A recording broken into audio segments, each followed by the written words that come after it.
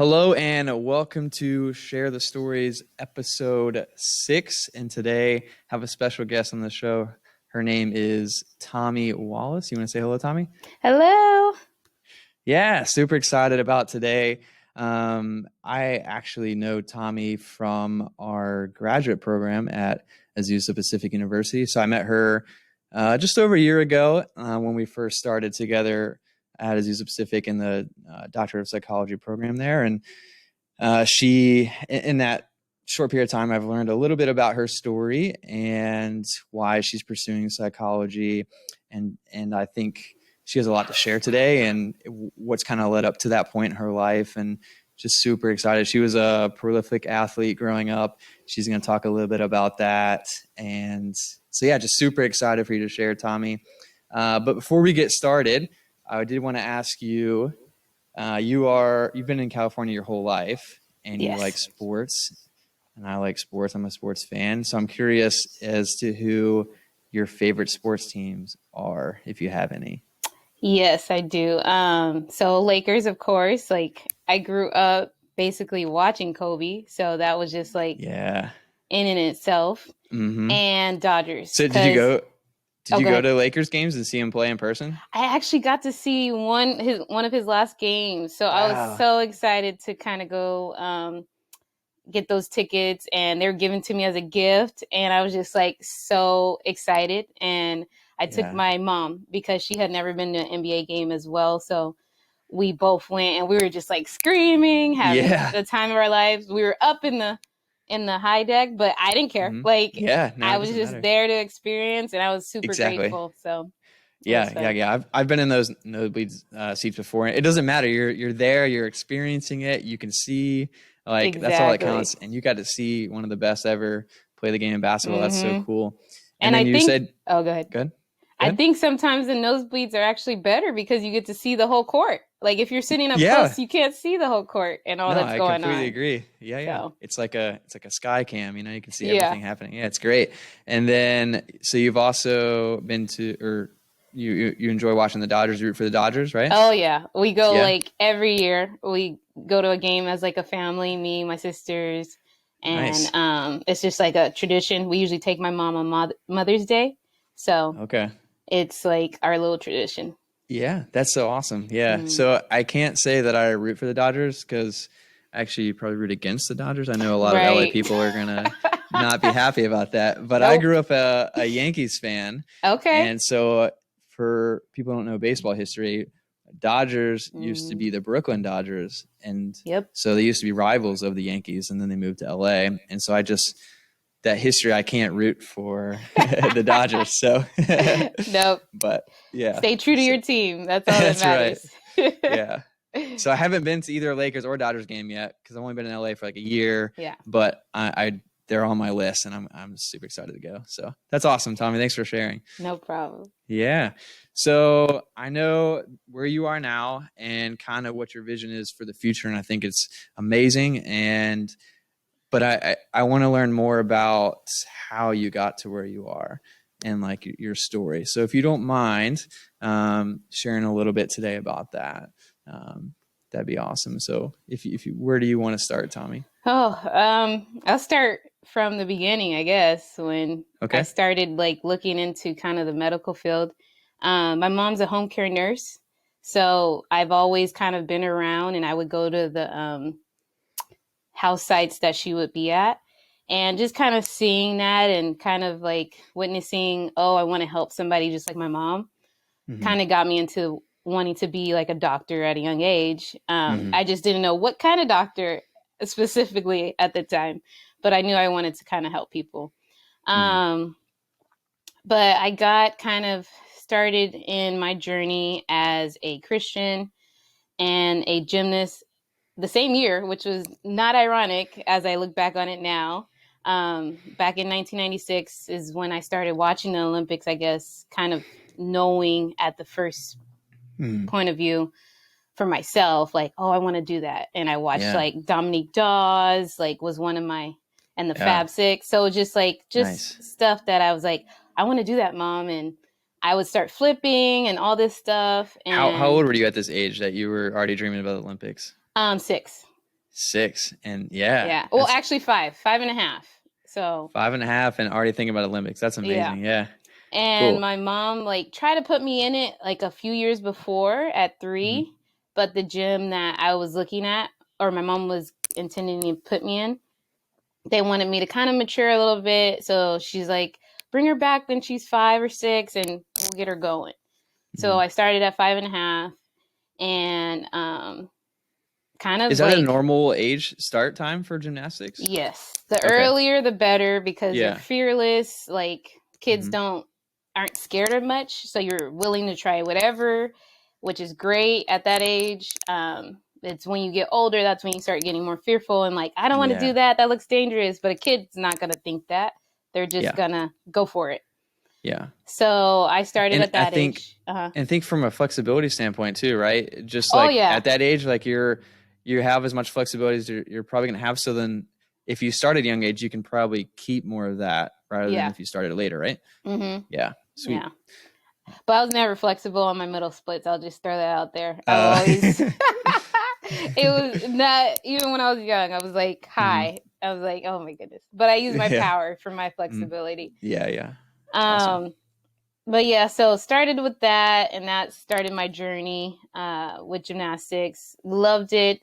The funny fact, nobody in my family did gymnastics. My Mm. mom like saw she did it in high school when it was allowed in high school, but then it Mhm. became too dangerous to put in public Yeah. schools and private schools.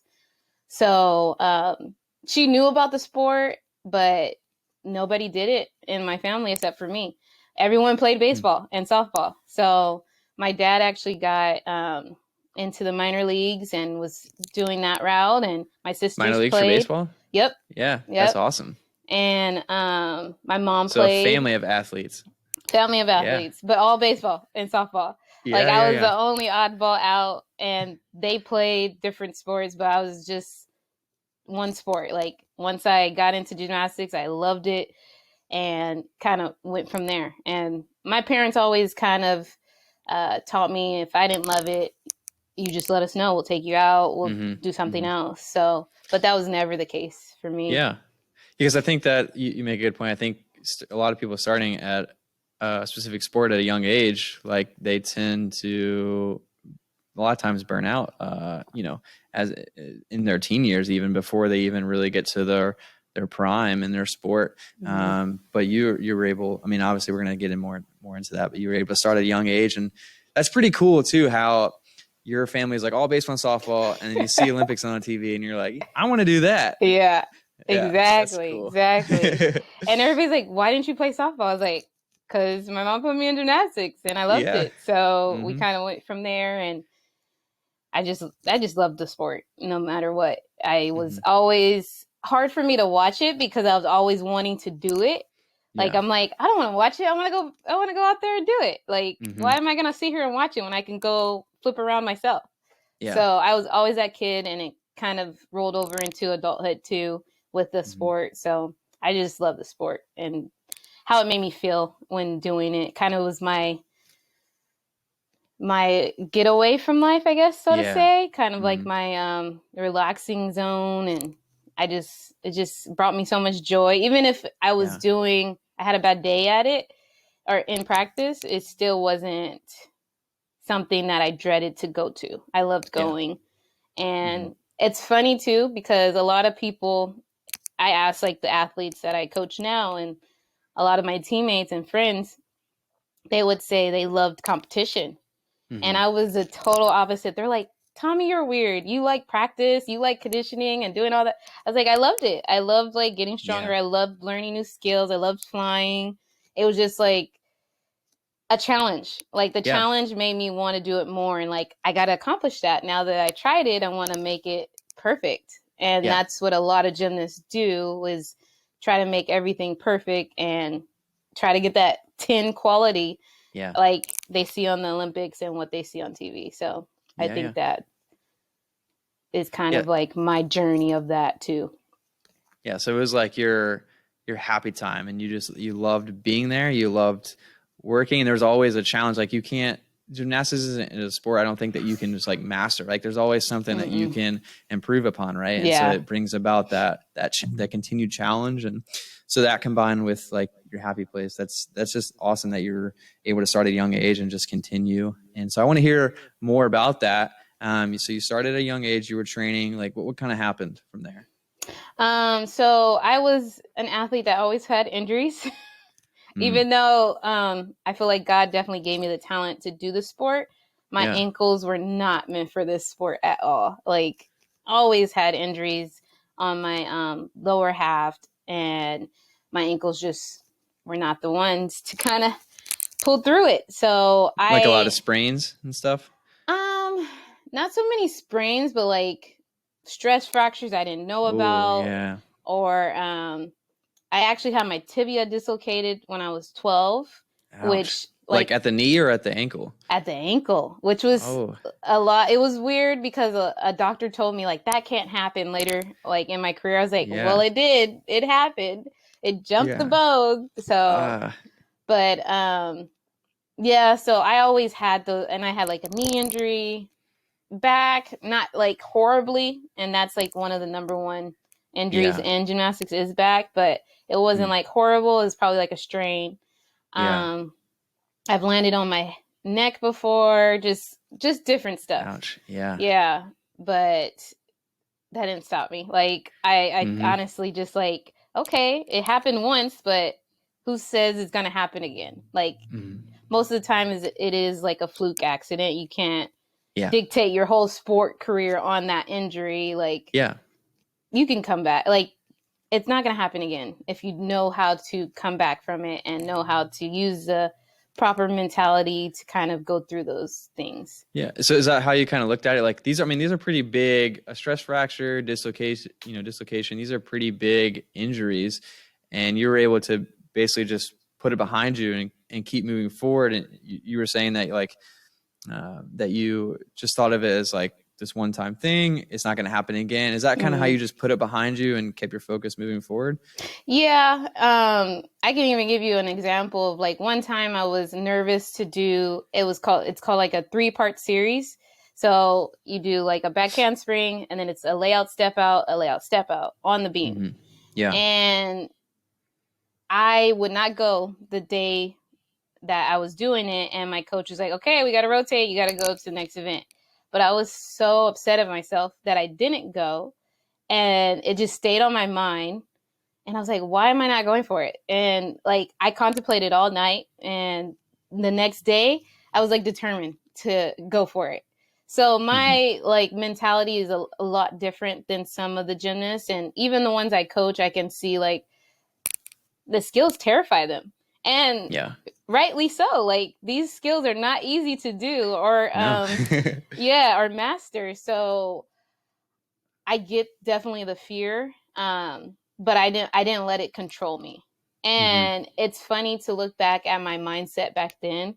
because I didn't have like sports psychologists like what is coming up now and what I want to Yeah. be, but I think my parents kind of helped me have that mentality like, Mm-hmm. okay, you either going to do it or you're not, or what are you going to do? Like, are you going Yeah. to let it control you or are you going to control it?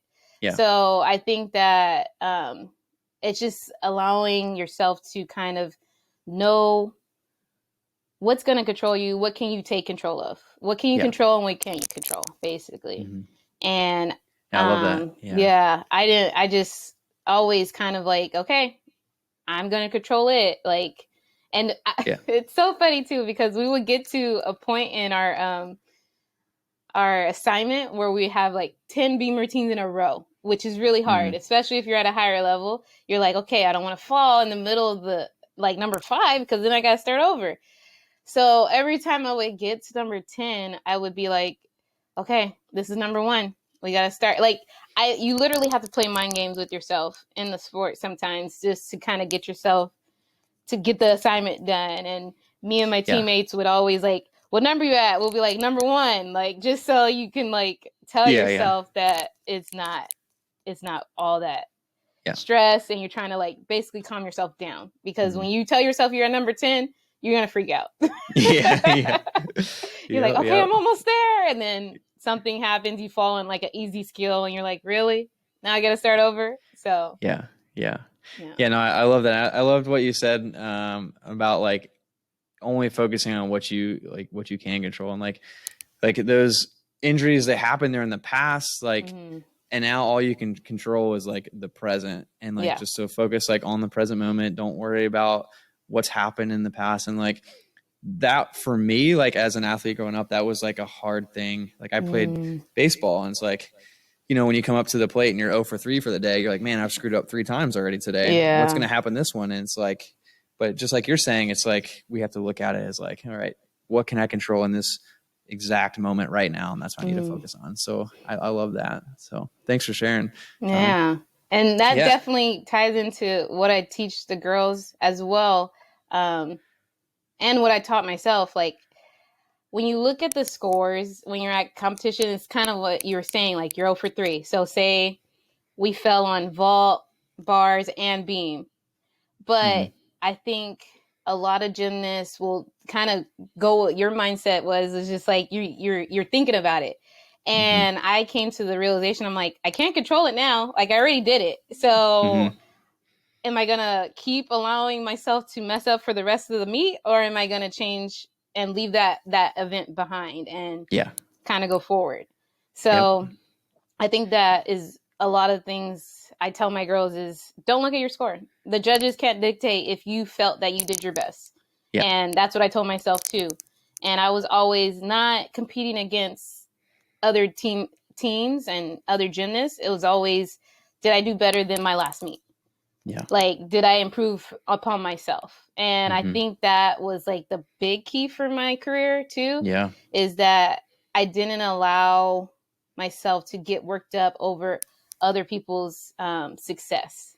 And I Yeah. allowed Mm-hmm. myself to like compete against myself, which is kind of bad. Like it can go Yeah. good and bad. Like I'm my biggest enemy, I guess, so to say. Yeah. But I think it allowed me to like not compare myself and Yeah. not like, oh, their success is better than, like, no, their success is for them and my success is for me. So Mm-hmm. kind of Mm-hmm. going for that.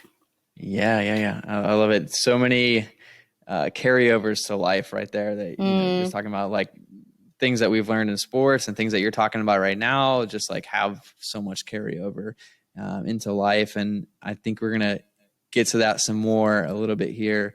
But I want you to continue, kind of go back to, so where you were training hard as an adolescent, like you were having pretty good success, right? What was mm-hmm. happening? Yeah, so definitely was built for the sport. Like I feel like God gave me the body to do this sport. Mm-hmm. Um, and yeah, I had little injuries here and there, but it never kind of stopped me. I kept going. And by, I think, uh, 11 or 12, I was a level 10, which is the highest level you can get. At And 10 years old? no, sorry. Around, I think I was 13 or 14. 13. Still, that's amazing. A Yeah. level 10 at 13. Yeah. Yeah. So I trained elite when I was, I think, 13. Went to a gym that specialized in it, and it didn't go as planned. The coaches that were put there for elite program actually stopped the program, and then I went back level 10. But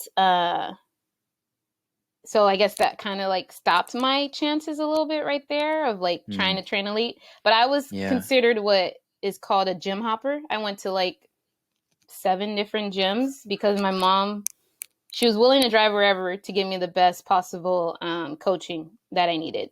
Hmm. So I went to like, that's why I know so many different gyms, different coaches, different gymnasts because of going from different gyms. But I think that that just helped me kind of know network, kind of, I guess, so to Yeah. say, and just see how different coaches kind of coach. And I kind of adapted. It didn't matter Yeah. what kind of coach I had, I can adapt to it and take what I needed from the coach and learn from them. My mom always taught me to be respectful, whoever was the adult figure in my life. So Yeah. never talked back, did what I was told. Everything that Hmm. an athlete, you would want an athlete, I was trying to be like at Yeah. that age. But yeah, so definitely the career of gymnastics kind of took away, but I felt like definitely I could have tried more, I guess, but Hmm. I wouldn't change anything like Yeah. how I So went through it. yeah. So you mentioned at 5.5 years old, you were saying, I want to go to the Olympics. Was this still in your mind at this point, like in high school? Oh yeah, Yeah. definitely. Because I'm already training level 10 at as a freshman in high school, and Hmm. then the next thing is elite. So um, just finding, I guess, the gym that would probably give me that training, I guess, and Yeah. coaching was what Hmm. my mom tried to do, Yeah. and I got to my last gym, which I spent 4 years at, Hmm. and I was hurt, always hurt. And I think that limited me from a lot of things, like training certain things, especially for vault and floor. That Hmm. was my biggest struggle in high school because I wasn't able to do it. Like my Yeah. ankles just or something was hurting, so Hmm. it would limit me from kind of being my full potential, I guess, so to say. Gotcha. And that's when I actually started physical therapy and started going into that and getting the exercise I need to strengthen Yeah. everything. But junior year of high school, I actually had an injury as well. Um, it's called accessory navicular. So every time you Hmm. would take a step on your foot, a Hmm. tendon would pull at a extra piece of bone that I had in my foot. Ah. So it would be really painful trying to Yes. walk and everything. And the doctor did not want to give me surgery.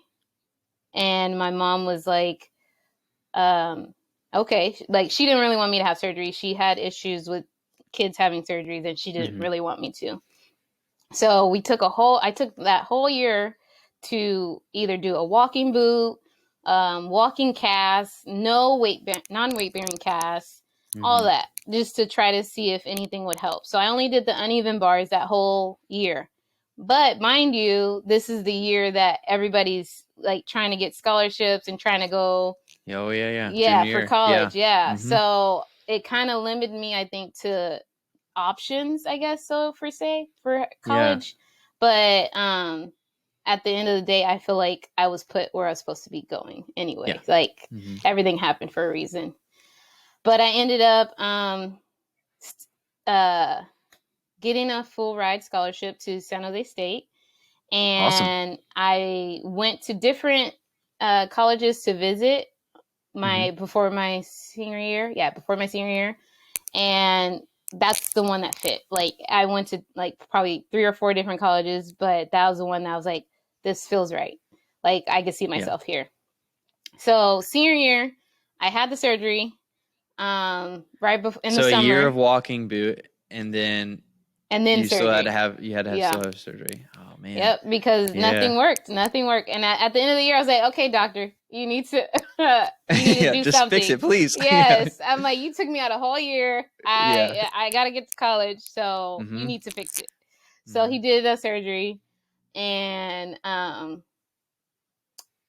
my senior year was like kind of like rebuilding at that first kind of Yeah. 6 months, kind of trying to Hmm. get my skills back. And I actually got like pretty decent amount of skills right before. It was funny. Right before I like he took me off to like not do anything, I had Yeah. like a whole bunch of skills and everything, and it was just like.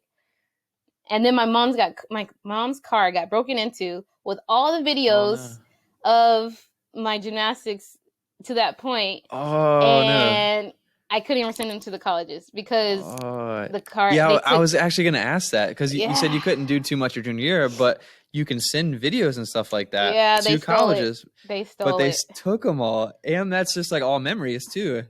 Man, such a So it was bummer. like it was Yeah. basically all like those skills I was working on. She was videoing for colleges. It wasn't like my Hmm. childhood gymnastics, but it was Yeah. like that point. So it just sucked that I had to like get back everything, hopefully, and Hmm. send it out that way. Yeah. Um, But it was funny, actually. The coach that I had for college, he watched me beforehand. Like he Okay. knew my gymnastics, So and he had I already thought seen you. that was I thought that was pretty cool of him. Like still like where's she at? What year is Hmm. she? So he was invested in me, and I felt like Yeah, that was something that stood out as well for me to go to that school. for sure, for So sure. yeah. And like you said, you ended up, where you think that you were meant to be. And Oh yeah. obviously, I want to hear more about that. So you were at San Jose State, right? Hmm. And this is so you were a few hours away from home at this point, right? Away. Yes, yeah. So about 5 to 6 hours Yeah. up northern California, Okay. and I loved it. I loved college. I can still remember the day I moved in and waving bye to my parents at the dorms. Like I still remember to this day. It just felt Yeah. like yesterday, honestly. I think college gymnastics is just great. It's a different atmosphere than what you have in Hmm. club gymnastics. You get to I don't know, it's just like you compete a lot more than you do in club. And you have this team behind you. So Hmm. in club, it's like it's usually categorized by your level and your Okay. age. So Okay. say I had a teammate, they were level 10 as well, Yeah. but if their birthday fell in November, then they're going to be in a different age group than me and we might not compete together. So Gotcha. it's just like you'll be competing as a solo person. And that's what kind of Hmm. gymnastics is. It's like an individual sport. Yeah. But when you get to college, it's like a team sport. You're competing for your team. And Yeah. basically like whatever score you get is gonna help them Hmm. or they're not gonna be able to use it either one. Yeah. So So I oh go ahead. no, I was going to ask like how that kind of works. So were you like specialized in one event at that point to help the team, or were you still like an all around gymnast athlete at this point? I was an all arounder. Okay. So I honestly was grateful to compete all four. So Hmm. technically, when you get to college, this is how it's kind of like categorized. You, the coach picks the top six athletes for each event, Hmm. and those top scores kind of work to kind of build to go to the team score. Yeah. So you really want your top six people to be really strong. Like you Hmm. want them to probably be able to score like a 9, 8, or higher on that event Hmm. with their routine. Gotcha. So I was just like honored to actually be able to compete all four. Because as I told you, like I never competed all four without pain. Like Yeah. since I was probably 12, you know what I mean? Hmm. So without injury. So to do that in college was like an honor because I never would have thought I would be able to compete vault and floor and be like all of them together at Hmm. one point because of my injuries. Yeah. So I think that was like something I really enjoyed, like competing for my team and doing Hmm. whatever I could to. It's like it's not only for me anymore; it's for my team. So Yeah. I Yeah. think I valued it more when I competed because I'm trying to do it for them, not for me. You Yeah. know. Hmm. Yeah. Yeah. I totally get that. And so something like I ran cross country and track and field in high school and college, and so that same kind of thing applies. It's still like an individual sport, and like you're out there, Mhm. competing like and just pushing yourself, right? Mhm. And but at the same time, like cross country, especially like you are still like there's seven other people out there like running their hardest too Mhm. for the team, and everybody's doing their own thing, but at the end we all that you're competing for your brother back there Yeah, and exactly. or in front of you or wherever. And so yeah, it's just like it's a cool way, like you're saying, in college to like, yes, it's an individual sport on some level, but it's a team sport too. So I Mhm. love that. So yeah, so you're at San Jose State and you're Mhm. you're competing for your college, and like what else is going on here? So freshman year was great. Like couldn't have asked for a better year competing wise and just like getting out there and having fun. It was so funny though. The first meet, I didn't know how it was ran. Like it's totally different than club gymnastics. So Mm-hmm. for club gymnastics, you go to an event, you warm it up, for a minute and a half or so to say, or whoever's Yeah. in your group, you can block the time together and get more time. Mm-hmm. And then you show your routine. But when you get to college, totally different. So you warm up every event, and then you get dressed, and then you march out and national anthem, everything of that sort. And then you get a 30 seconds touch, which is like, I think it was like 3.5 minutes for the whole team. Mm-hmm. And then you compete. I was like, why didn't anybody tell me this? Like, I would have liked to know that, because it Yeah. was just like a shocker. They're like, okay, next event. I was like, well, we're not going to compete right now. They're like, no, we're warming up all four. I was like, wait, what? How do we do this? So I always tried to like tell the new freshmen after my freshman year, Mm-hmm. like, okay, this is how a meet is ran compared to club, because Mm-hmm. it's totally different.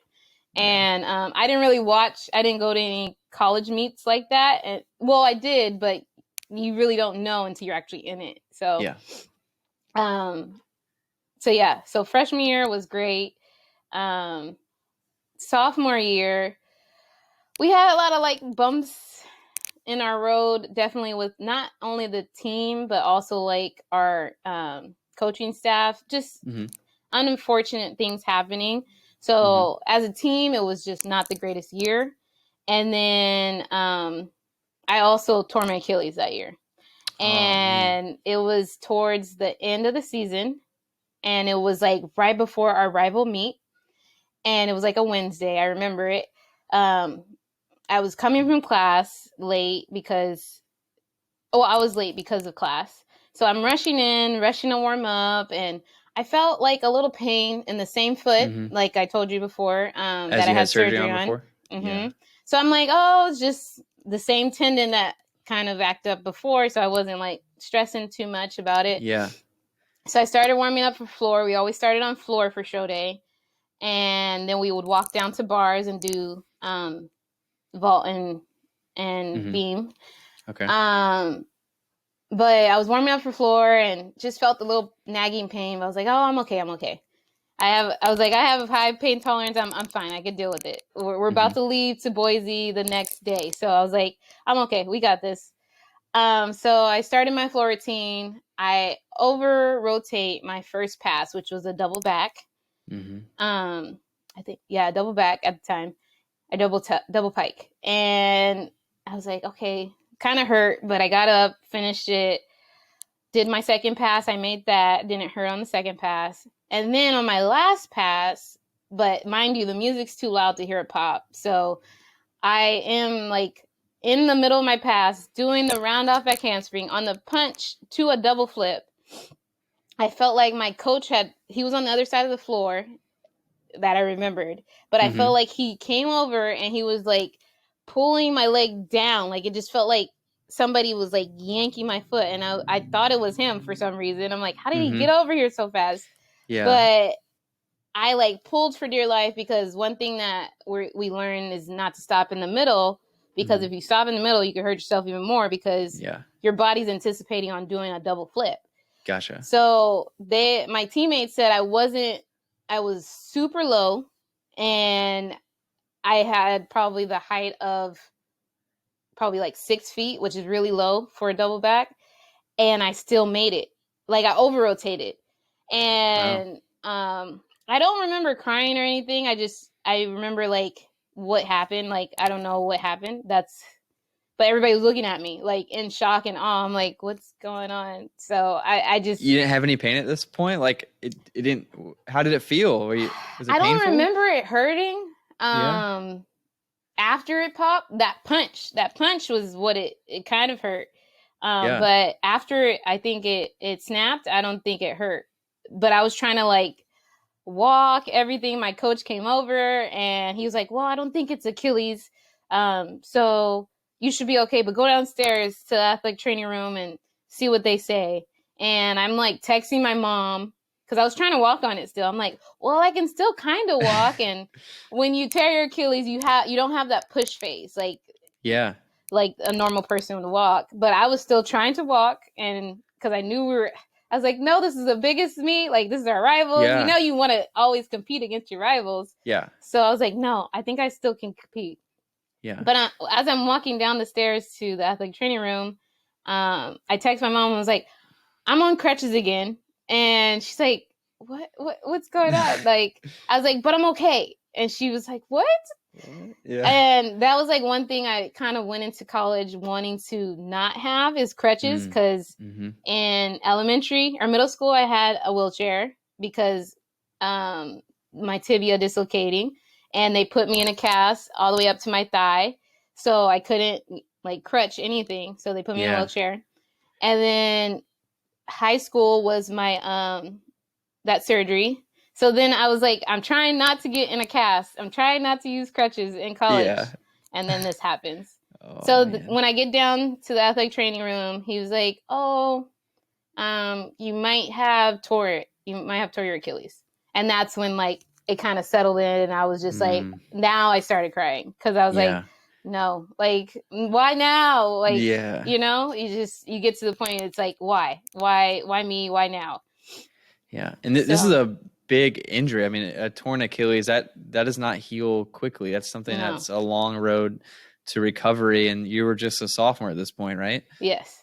Yeah. So like, what was kind of the course after that? So you tear your Achilles, like I'm assuming pretty devastated at this point. Yeah.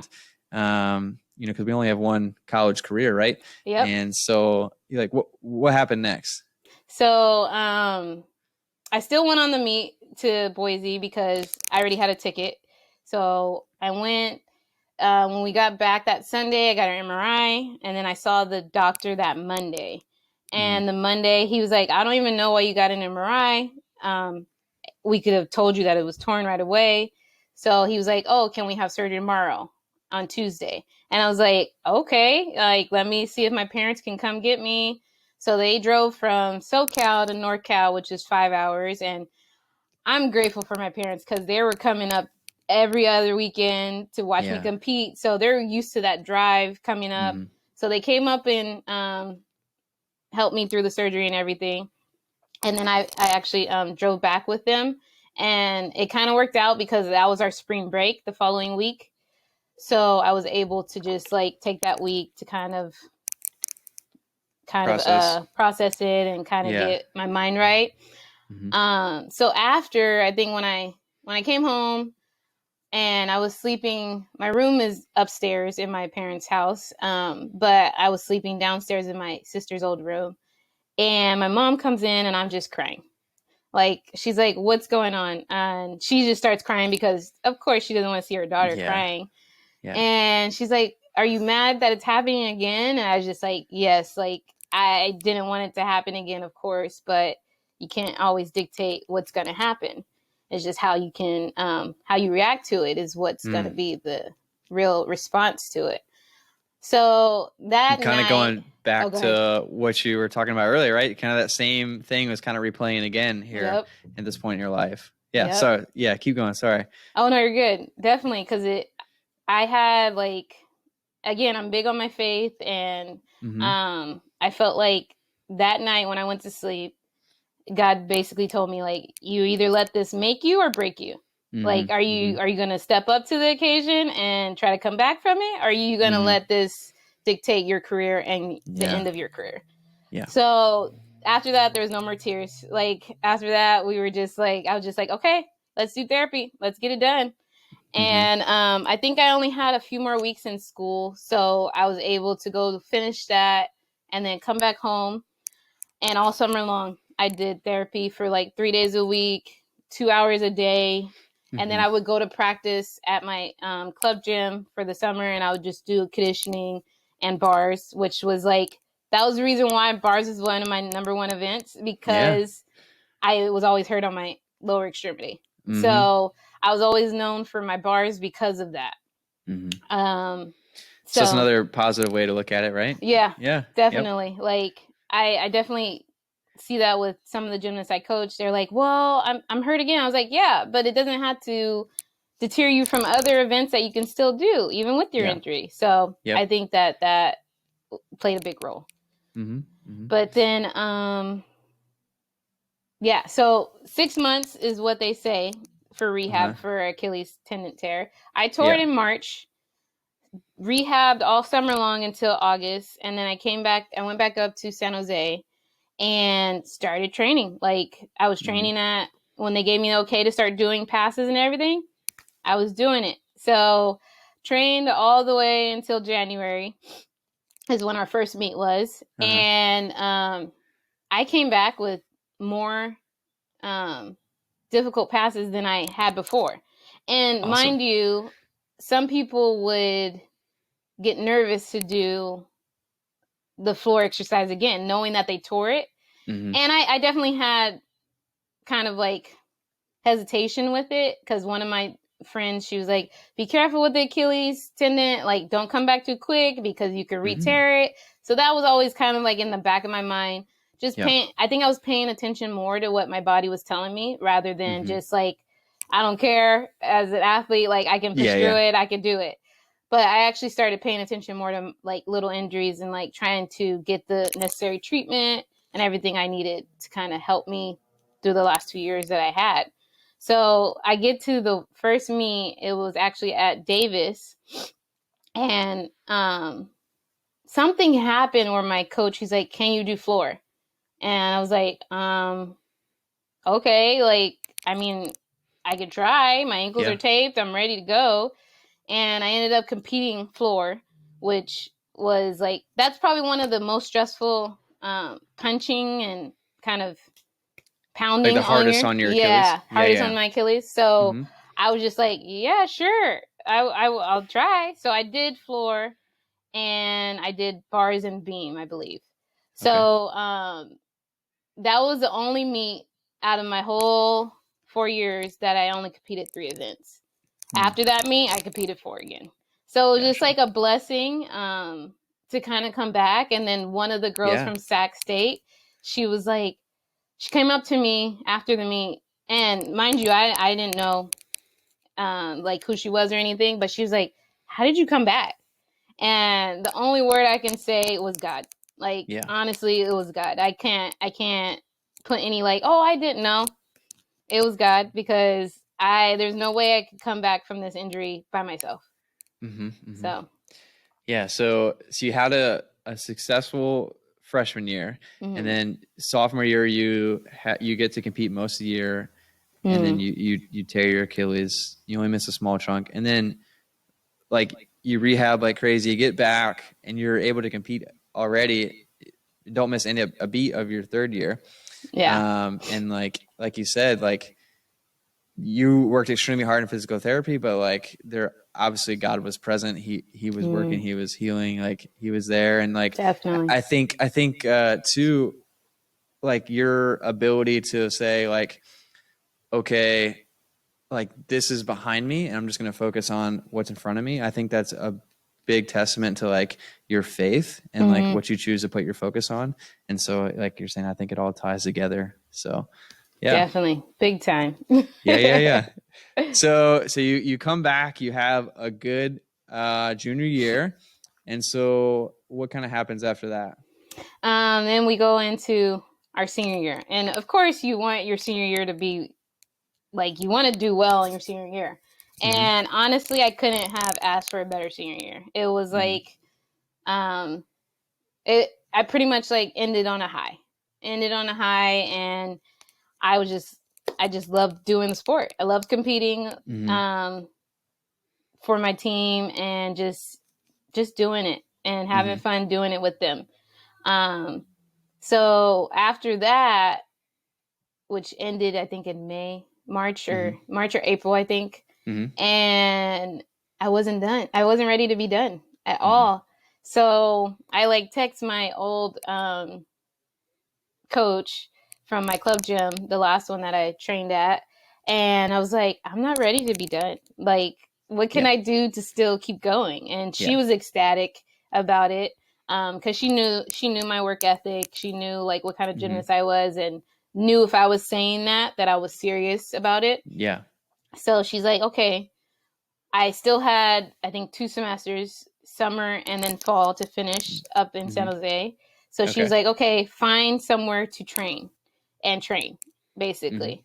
I was like, Yeah. okay. So I found like a local club team that I was able to go to. They allowed me to train there, and trained until December, and then when I moved back, I started training with her in January, and my body was like, no, you're done. Mm-hmm. You're Mm-hmm. done. And I trained for about 3 months with her, and my sciatica started hurting probably my junior or senior year. And so every time I would like punch on the floor, I would Mm-hmm. feel like a sharp pain go from my lower back all the way to my Yep. foot. Yep. Yeah. Yeah, the And sciatica pain is not fun at all. So, no, did you have anything wrong with your low back at that point? Because a lot of sciatic pain stems from the low low back. back.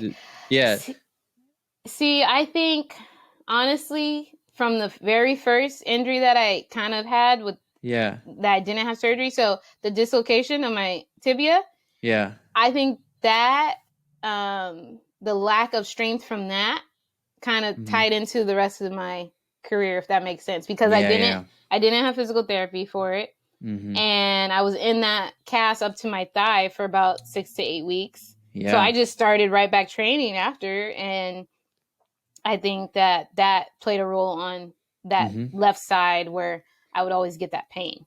Hmm. Hmm. So,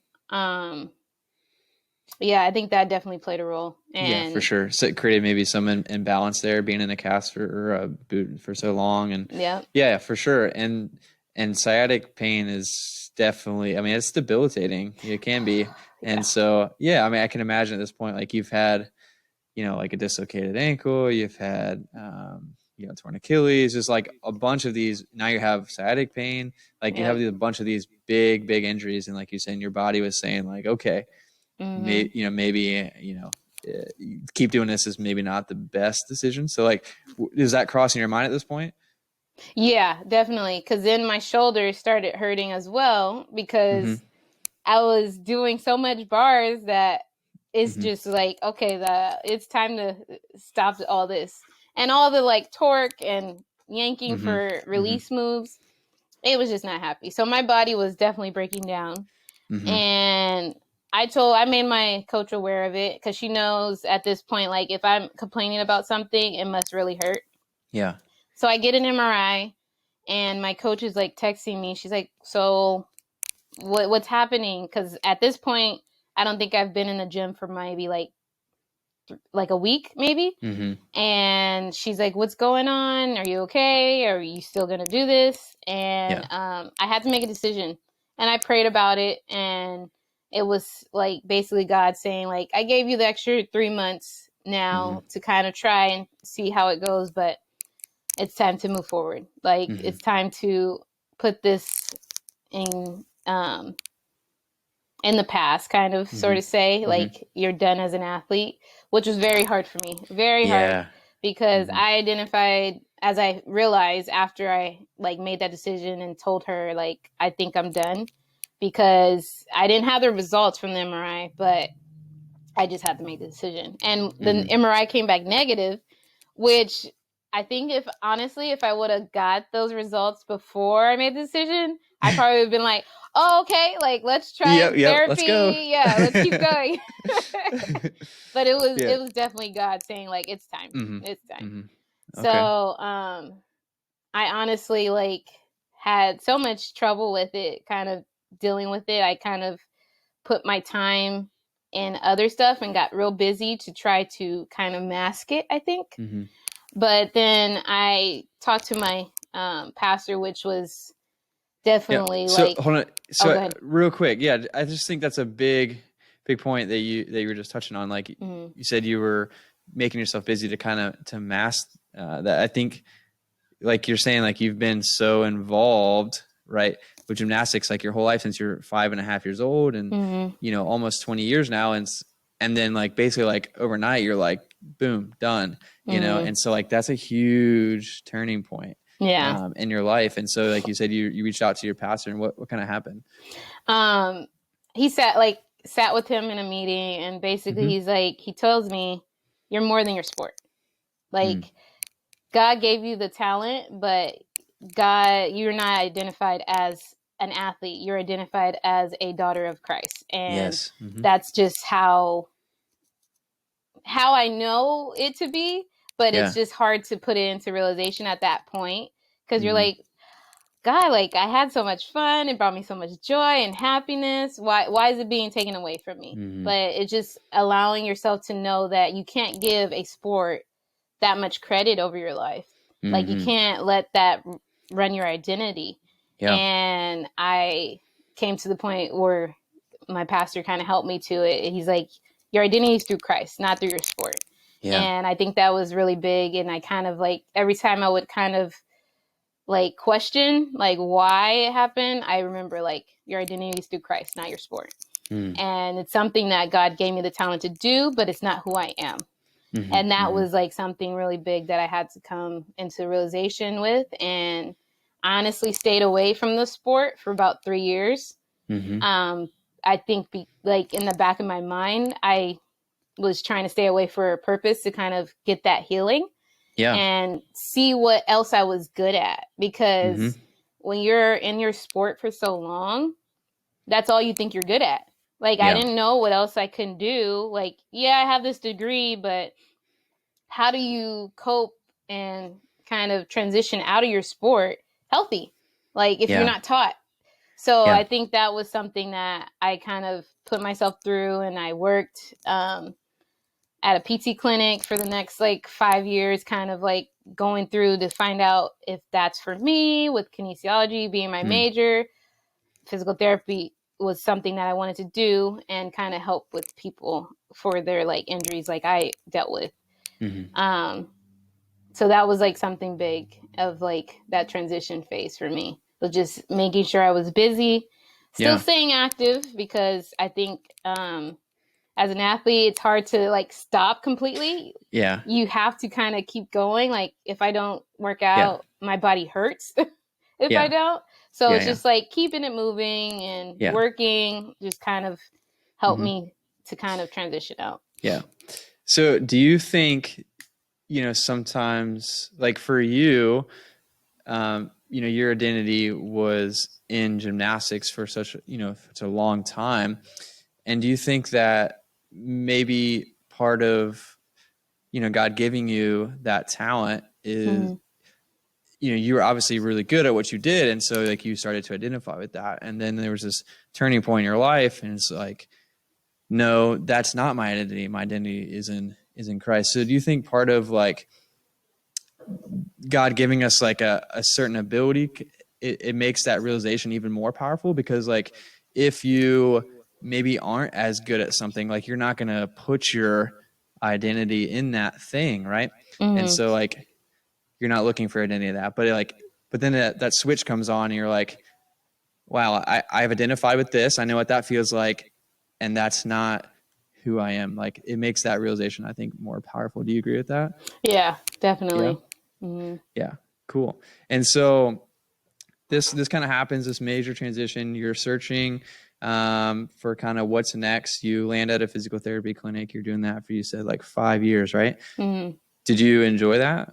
I did. I Yeah. loved like helping people, like talking with people, helping them overcome injuries. And looking back at that, just talking to them is kind of like what we're going through as future clinicians Mm-hmm. of psychology, like as Yeah. psychologists. So um, just helping them and encouraging them to like, okay, keep it going and you can do this. Like I remember just like telling people about my story of like tearing my Achilles or dislocating my tibia. Mm-hmm. They would be like, "Oh, you overcame that." So it like encouraged them to like Yeah. know that they can get over their injuries as well. Mm-hmm. And I always tell them like they just like I want to what do they say? They would say like I want to be back to normal. And I Mm-hmm. always would tell them, I'm like, you're not going to be back to the normal before you tore or hurt yourself or had surgery. I said, there's a new normal. Yeah. I would always say that because that's how I kind of cope with it. Like Mm-hmm. I'm never going to get back to when right before I tore my Achilles. Yeah. Like Yeah. I'm going It's to a have, journey, right? yeah, Yeah. I'm going to have that new normal, and Mm-hmm. you kind of have to accept it. Like it's really about accepting it and kind of moving forward from it. Mm-hmm. Mm-hmm. So, Yeah. And like you've touched on before. And so you're doing physical therapy for a mm, while, and you're using your prior experience to help help others. And at this point in your life, were you thinking this is maybe what you wanted to do long term, or what's going on? Yes. So Yeah. I started, I think probably about my third year at the clinic. I was applying to physical therapy schools and was trying to get in that sense, and nothing budged. Like, was not getting in, kept applying for about 3 years, I believe. Mm-hmm. And I think it was, 2017, Mm-hmm. like December, I start looking at other options because I'm like, okay, I've applied for the last X amount of years and I still haven't got in. So let me look at something else that I feel like I can be good at. Mm-hmm. And I look at CBU's website and they actually started a new program, and it was sports and performance psychology. I was like, ooh, that's interesting, because I Yeah. started looking, I wanted to go to a Christian school. So I looked Uh-huh. at APU first, Uh-huh. and nothing really stood out to me at that point. And I was like, oh no, I don't see anything. Let me look at CBU. And that's when I Mm-hmm. found and started the application. And I wasn't even halfway through the application. I get a call from admissions saying, can you please finish your application so we can get your interview? I was like, what? This is crazy. I never had gotten that response from Mm-hmm. any other school before, so I thought that was really cool. Yeah. And I think that kind of gave me confirmation that I was going in the right direction. Mm-hmm. So got the interview. I got accepted to CBU for that program, and we were the first year. So it was a brand new program. So we were the first year to do the program. So it was great. Like, we worked with different teams, different athletes, and not only athletes. We worked with like firefighters. We worked with police officers. We worked with the program that I'm actually involved with right now, which is called Peer to Peer, and it's just allowing the grad student to help mentor high school students, and just helping them with life and kind of Mm-hmm. coping and organizing everything that they're going through, and just being able to listen to somebody, Yeah. because a lot of like high schoolers, they might not be in a sport, but they're doing a lot. They're like in Mm-hmm. all these extracurricular activities, and just like being able to talk and vent that to somebody is just like relieving for them. So was definitely involved with a lot. I like try to get my feet wet and everything just to see what kind of was my niche. Yeah. And was able to graduate with my master's, and just loved the school, loved my program, loved my mentors. They definitely um, helped me through a lot with like growth of Mm-hmm. always being open no matter what. Don't ever get too big that you can't grow and learn, was Yeah. one of the big things I always For came sure. back with. Mm-hmm. And I actually, like, from, I think it was like 2 months in to that program, Mm-hmm. one of my friends took his own life. And Mm-hmm. that's when I came to the realization, I was like, I don't want to stop here. I don't Mm-hmm. want to just help um, athletes on the surface, because Yeah. that's what a lot of it is. Like, Mm-hmm. they'll go to certain things or talk about certain things, but they don't get to the nitty gritty of like, Yeah. I've contemplated death, or Yeah. I've done this, or I don't know how to deal with this. And I Mm-hmm. think that's the big stigma in sports anyway, is that um, athletes don't want to seem weak by getting help, when it's Yeah. actually showing your strength by being vulnerable and For sure. seeking the help that you need. So Mm-hmm. that's when I applied. Um, in 2019, I applied to APU, Mm-hmm. and I only applied there. So I was like, Yeah. God, if this is what you want me to do, it will happen. Like, I'm only applying here, so it's your will, God, not mine. Yeah. Mm-hmm. So I ended up getting accepted to APU, Yeah. and was just super grateful for that, and kind of like, okay, this is like, again, another confirmation that I'm on the Yeah. right track. This is where Mm-hmm. God wanted me to be. Mm-hmm. And I always come back to it because my Sunday school teacher kind of reminded me of it when I was in the midst of it. I would like tell them like, oh, I'm trying to apply here, trying to apply there. And it took me, like, how if you reference the Bible, Moses, it took the Yeah. Israelites 40 years to get across. Yeah. And I was like, you always look at that story and like, why did it take them 40 years to get across? Like, why couldn't they just like listen to God? Yeah. But I came to that realization. It took me 5 years to get to Mm-hmm. where I needed to go. Like, God allowed me to try my own way, basically, of trying to do physical therapy and everything of that sense. And it didn't work the way that I wanted it to work. But when I put it in God's hands, that's when it's like, that's when it happened. That's when I got to the point of where he wanted me to be. Yeah. And I think it's not anything far from what I was doing before. It's just a little different. No, a little yeah, shift. Exactly. Mm-hmm. Yeah. Yeah. And I think like even your early life, I think God was working a little bit to help prepare you, for what you're entering into. Is like all these injuries like were happening to you, and just sitting here listening for the last hour and like how you handled those situations, like your ability to like overcome those and like kind of put that behind you and put fear behind you. I think that you were learning a lot in those seasons, and being prepared for, what you're, doing now. And